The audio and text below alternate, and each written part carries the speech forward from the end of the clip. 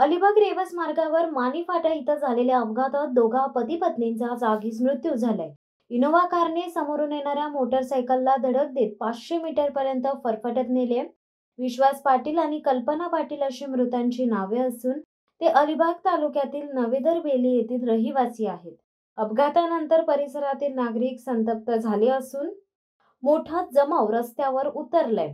संतप्त जमावाने कारची तोडफोड केली असून अलिबाग रेवस रस्ता रोखून धरलाय। त्यामुळे या मार्गावरील वाहतूक विस्कळीत झाली। अलिबाग पोलीस घटनास्थळी पोहोचले असून ते जमावाला शांत करण्याचा प्रयत्न करीत आहेत।